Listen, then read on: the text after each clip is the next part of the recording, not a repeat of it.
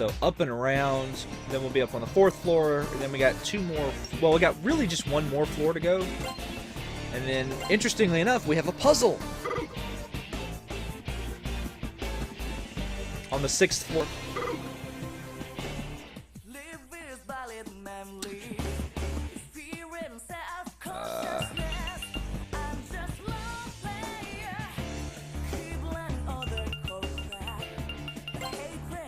Let's just finish these off like this.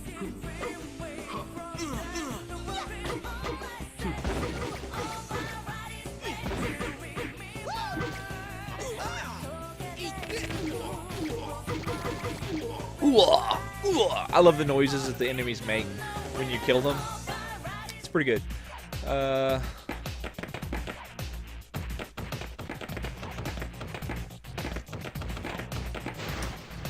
We are on the 4th floor.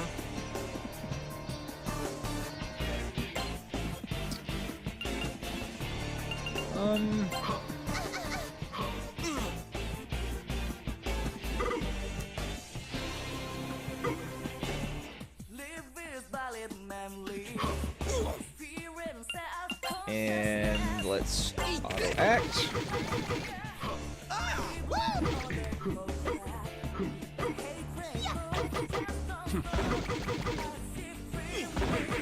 I don't know if it's like something that's on purpose, but it seems like the last enemy like never gets charmed. I don't know why.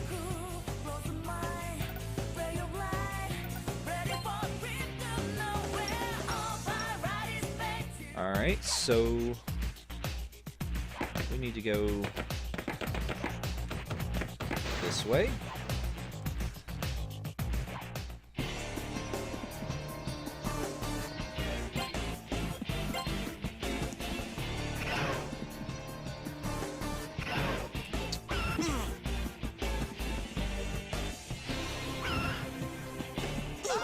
Ow.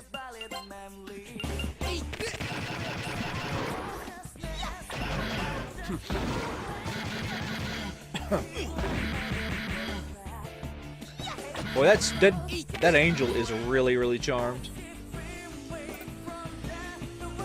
So, when we get out of here, I'm gonna need to do. When you leave Deva Yuga, the lower.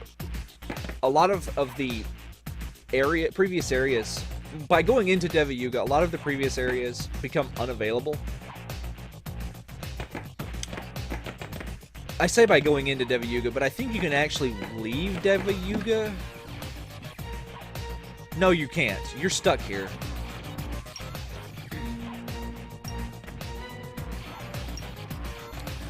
But when you go into the Deva Yuga, it kind of triggers this point of no going back, where a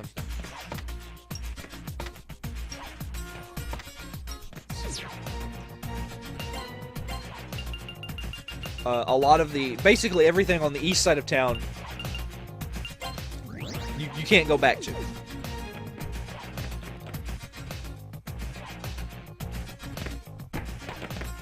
So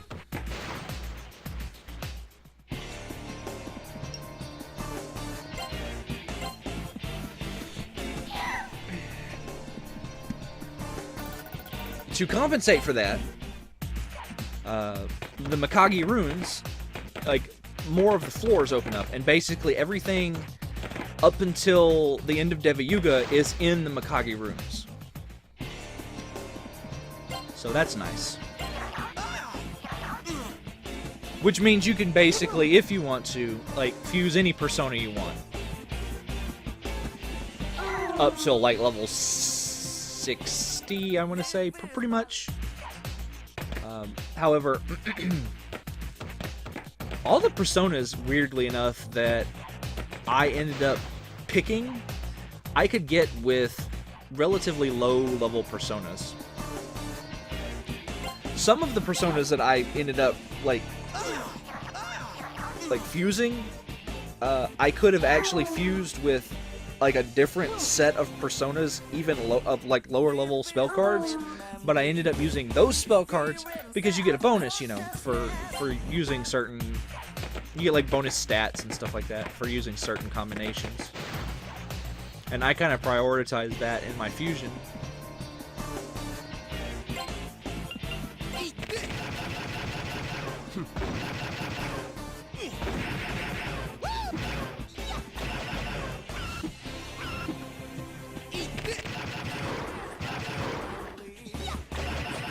Not too bad. Pretty good damage, too. Alright. We are on the 5th floor, which is the last real floor. And now we have to be very careful. Oh, right, that door's locked. We gotta go up here first.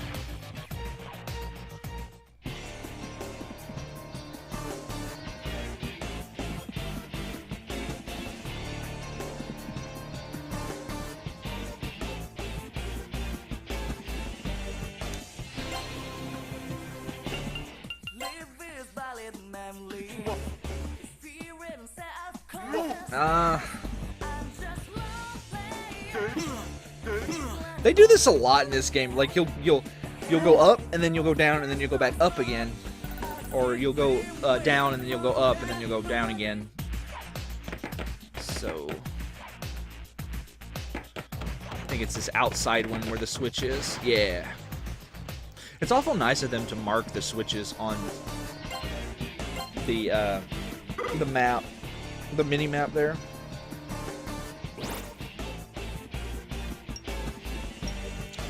And we learned Racunda. That's going to be really handy. Racunda and Tarunda are the two reasons why I really like Shoki.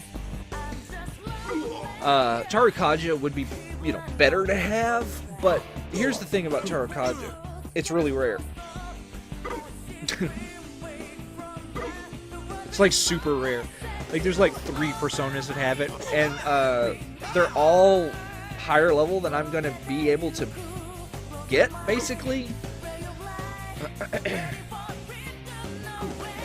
I mean, I'm probably not 100% right on that. I know that like one of them is like the lowest level persona in the game, but it requires a totem to make.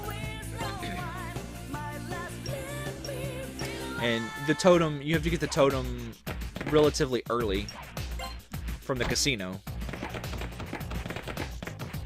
So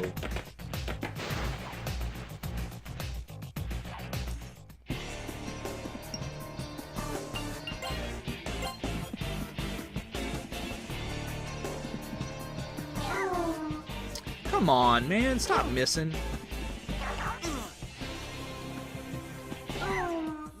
Well, at least he's getting them on the second go. Mark's catching up too. That's pretty good.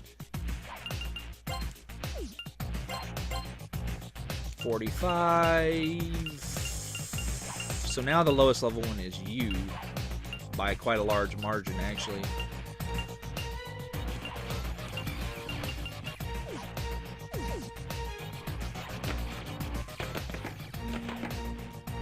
Alright, we want to very carefully not step in the middle there yet. Actually, that tile might not actually be there until you flip this switch. I don't know, I've never actually tried that.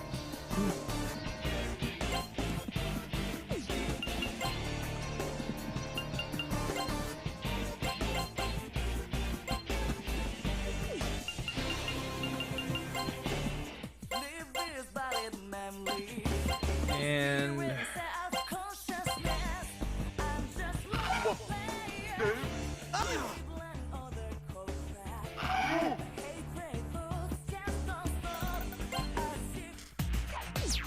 what is the magic attack difference there? Because he did way more damage. Magic attack of 145. Magic attack of 181, yeah. See, the problem with Gozo Tenno, though, is, like, he has really, really, really low magic defense. Alright, so Velvet Room on the left, save point on the right. And if you go down that southern path, it will drop you back down to the previous floor, which will basically fast track you back to the first floor, which we don't want to do because we'd have to climb back all the way up.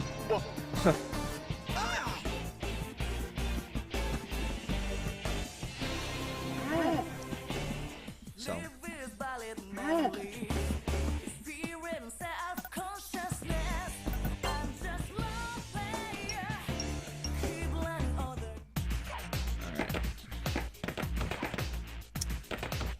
We are on the last stretch here.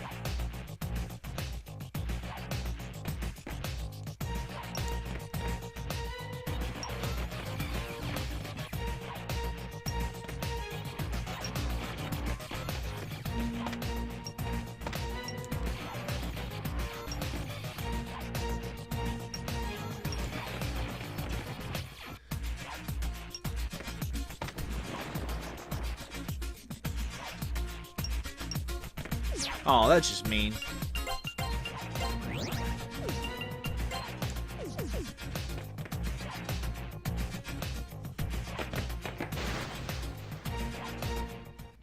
Sorry if I'm being a little quiet. I really like the dungeon music in this place. It is a little repetitive, but I just love that the kind of Spanish guitar that kind of pops in. I think it's cool.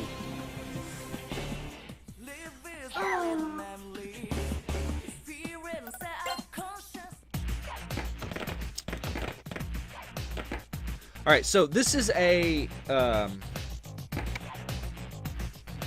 puzzle.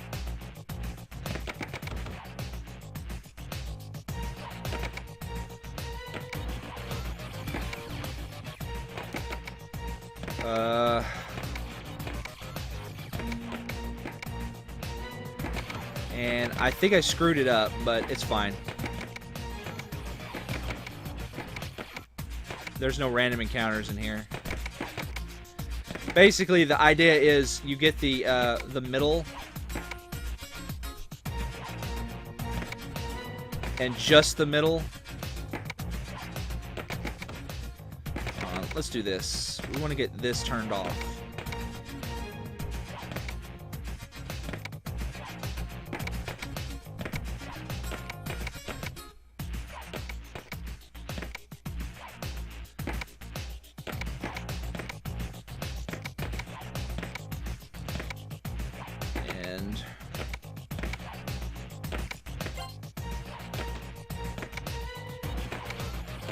There we go.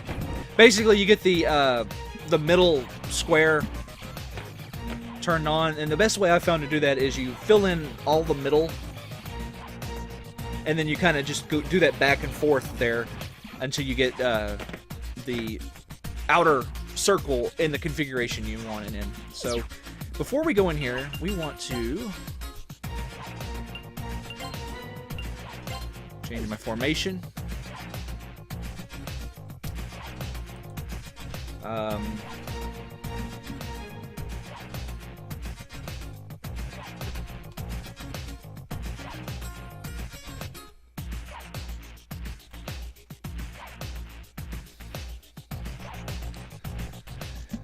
We got kind of a difficult boss battle coming up here.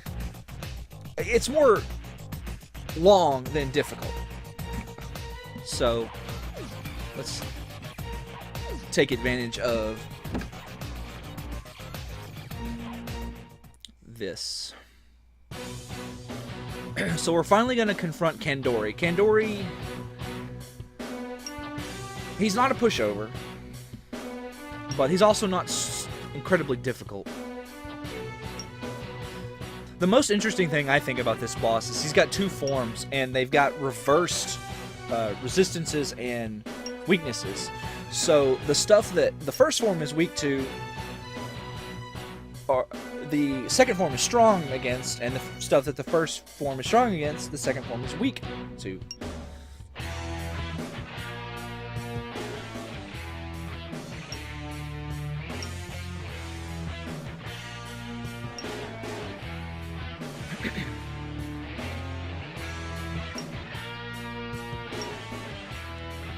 And once again, this is a decision point where if you give the wrong answer,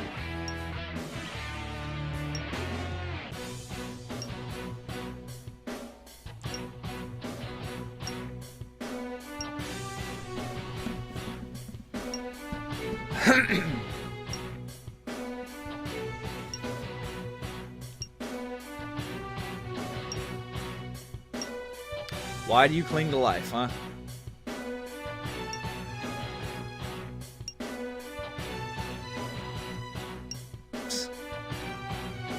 Yes, tell that to the murderous, like, genociding, want to be genocider. Tell him to live life to the fullest and have a sunny disposition. What are you living for? To find my reason. That's the correct answer. Once again, that's kind of very hokey, but that's a very Persona thing to say, for, like, the main character to say, if you've never played any of the other games.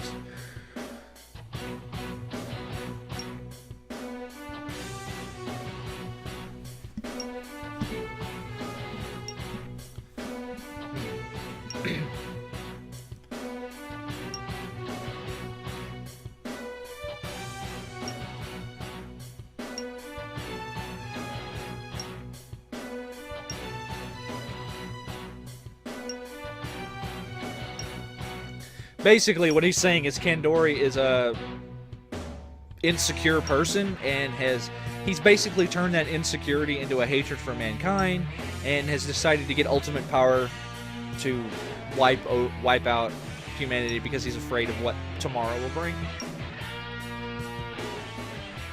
So yeah, once again, a very Persona thing.